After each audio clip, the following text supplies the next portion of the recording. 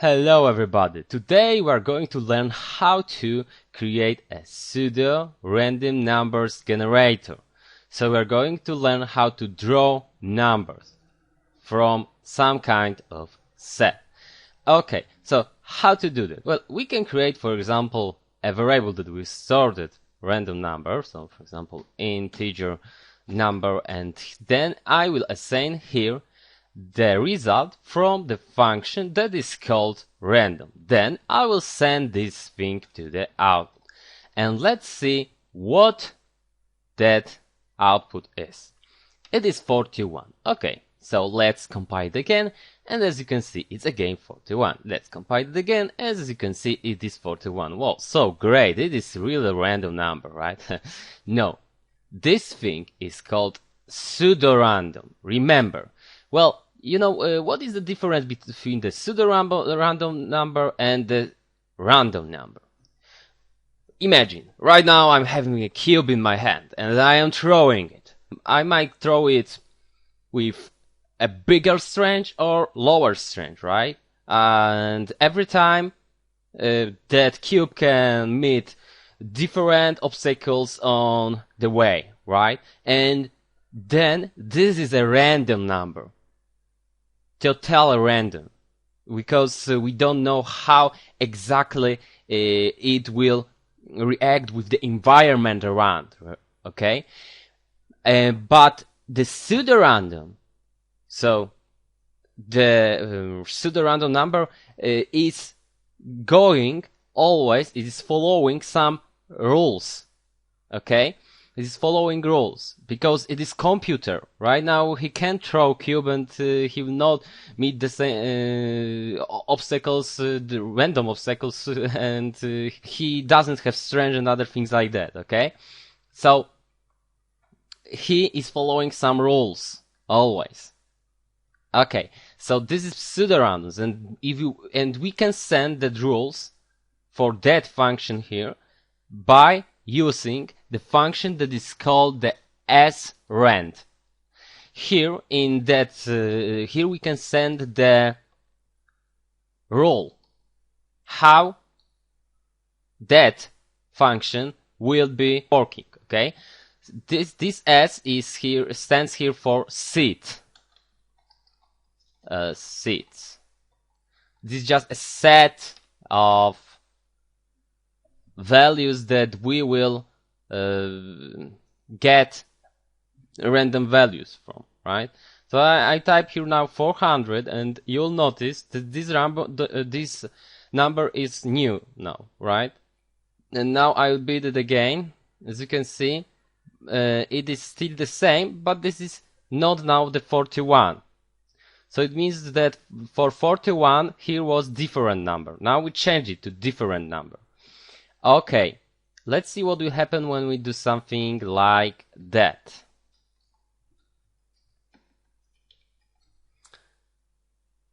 As you can see, now we have 3 different numbers. So every time we have different number, and it's cool, but hey, every time I run the program, the number is the same. But when I change that thing here to something else, the numbers are being changed then, right? They are different. Then it's cool. So it means that we need something here that would change every time I execute the program. Tell me, what thing in our world is changing every second? Well, I just told you. It is time. Look, we can send to the output something, well, the result of the function that is called time. And here we can send as an argument null, because this function is taking as a parameter a pointer. I don't want to go into this detail of that function, but well, remember that this function is giving us as a result how many seconds are gone from 1090 or something like that. Well, never, it doesn't matter. The most important thing about that function is that the seconds every time will be here different. As you can see at the end we have 26, and now a few seconds later we have now here 32, right? So it is changing. This is the most important part in that thing. Now when I do it that way, you will notice that every time I run the program, that numbers all will be different. Great, cool. So now we know how to have always pseudo random numbers. That's okay. So now let's create a function that will represent the lottery. Okay, that function will be called lottery, and it will not return anything right now. And we will take two parameters here, two integers. The first one, let's specify the function here, will be how many numbers we will draw from, right? How many numbers we'll have in our set. So for example, 49. And as a second, we will have, well, maybe we can do it that way. For example, total balls. And here I will call it balls to draw or balls to allowed. That are the same words, okay? And now we can create that function. It's like we'll use it later like that, and we'll send here, for example, 49 here 6, and I want to have send the output after that, invoking of that function, 6 numbers from 49, and I want them to be all random, right? Pseudo random way. And first thing we should check what? We should check if the total balls is lower than balls to draw. Why? Well, because we can't do something like that, right? We can't get 1235 numbers from 49 and to make them all different, right? That can't happen. That's impossible. So we should check it, and then if the total balls is lower than balls to draw, we should just return. When I told you that we can't return anything, when here we are returning the void, because it is the empty. As you can see, we are returning nothing. We don't have anything after the return one. And this thing means that we are just leaving that function. So every instruction after that here won't be executed at all. Okay, so now we should also create a seed, right? So like that. Okay, and now we will create dynamically, because that thing here can be changed every second, array. So we will now create a pointer that we call balls, and we will assign here by using the new operator. So the new operator will return here the address for integer, and the first address of integer array. That size will be balls to draw, right? So we'll store here the balls that will be drawn in that function, and I should delete that balls at the end of the function, right? Well, I should delete by saying deleting. I mean that I am releasing, I am freeing the memory that was dynamically reserved here, right? Remember about it. This is very important to do it here. Okay, so now we should just get that random number. So for int I equals 0 when I is lower than balls to draw, I plus plus. And now we should just assign to balls of I something, for example, random number. And now, well, we need numbers that are in range from 1 to 49. And soon I will tell you how to do that things. And let's send that thing to the output. So let's see the result. Let's just send it to the output right now. As you can see, we have now numbers. We have now 6 numbers that are random, but we need them, of course, to be from that range here. Okay, and here we will use something what is called the modulo operator. Right, we're coming back to the first lesson, and here, when I do something like that, look what will happen. As a result, we have now numbers from 0 to 48. Well, maybe let's train this thing a bit. Here, int number, random modulo, for example, 3, and now then send to the output that number. Let's do it that way. And also the seed. And let's send it to the output. As you can see, this thing was 1, now it's 2, and I will beat it again, and then it's 0, and then it is 1, and then it is 2, and again it will be 0, because that's how the modulo operator is working, right? It is giving us the reminder of that value here. If you don't remember how this operator works, please go back to the 6th lesson, I think, the arithmetic lesson, and you will see how that operator works. It's really important to understand it. So now, by doing something like it, we have the set of numbers like that. But I want to have 49 of that guys, right?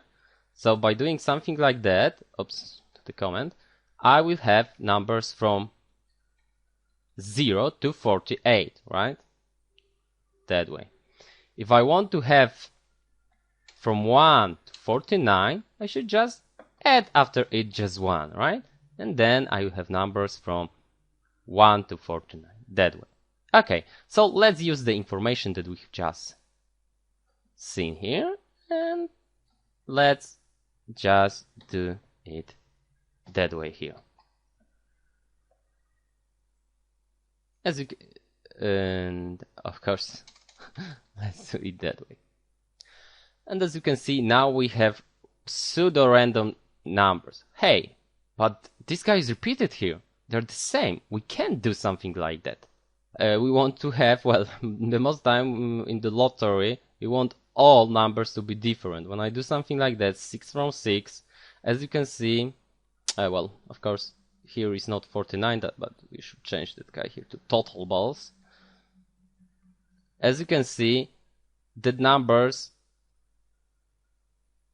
sometimes will be repeated, and we don't want situations like that. We want all numbers to be different. And now the true hard thing will start. Okay, so how to do that? We should just check all the numbers that have already been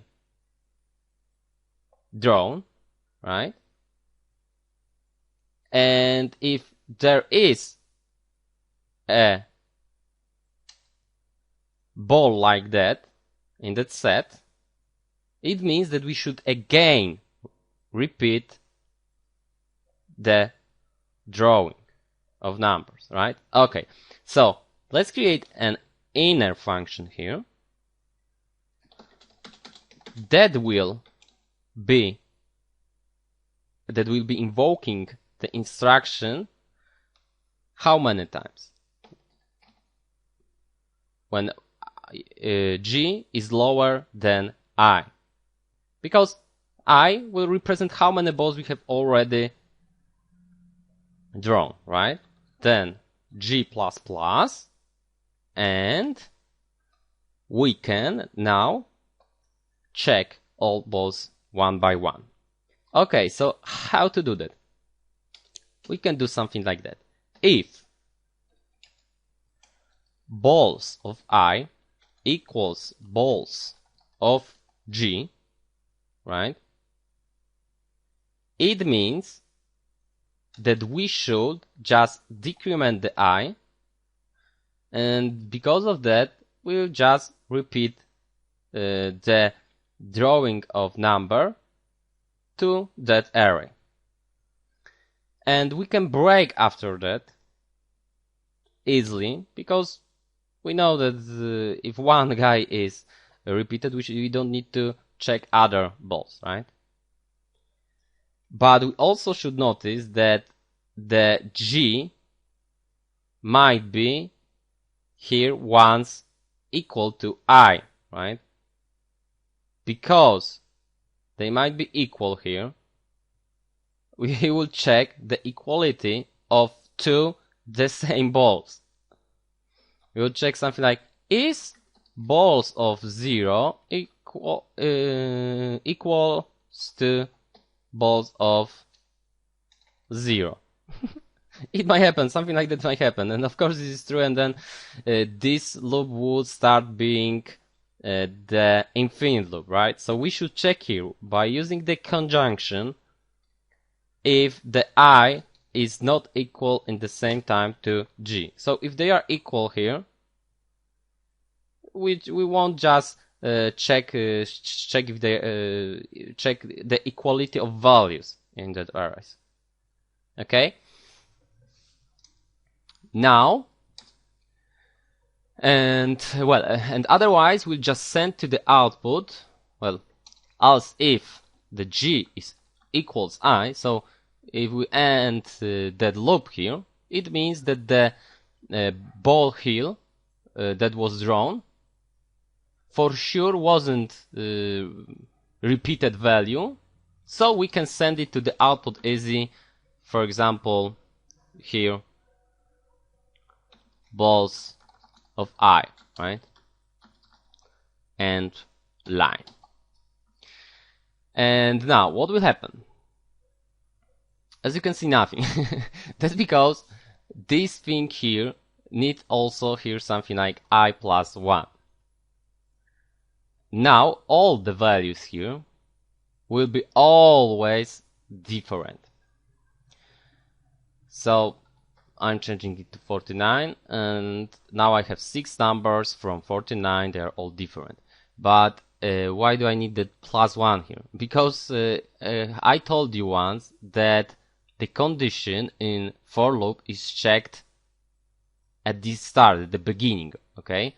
So if it's checked at the beginning, we have to remember that the I at the beginning here was 0, and we are checking if 0 was lower than 0.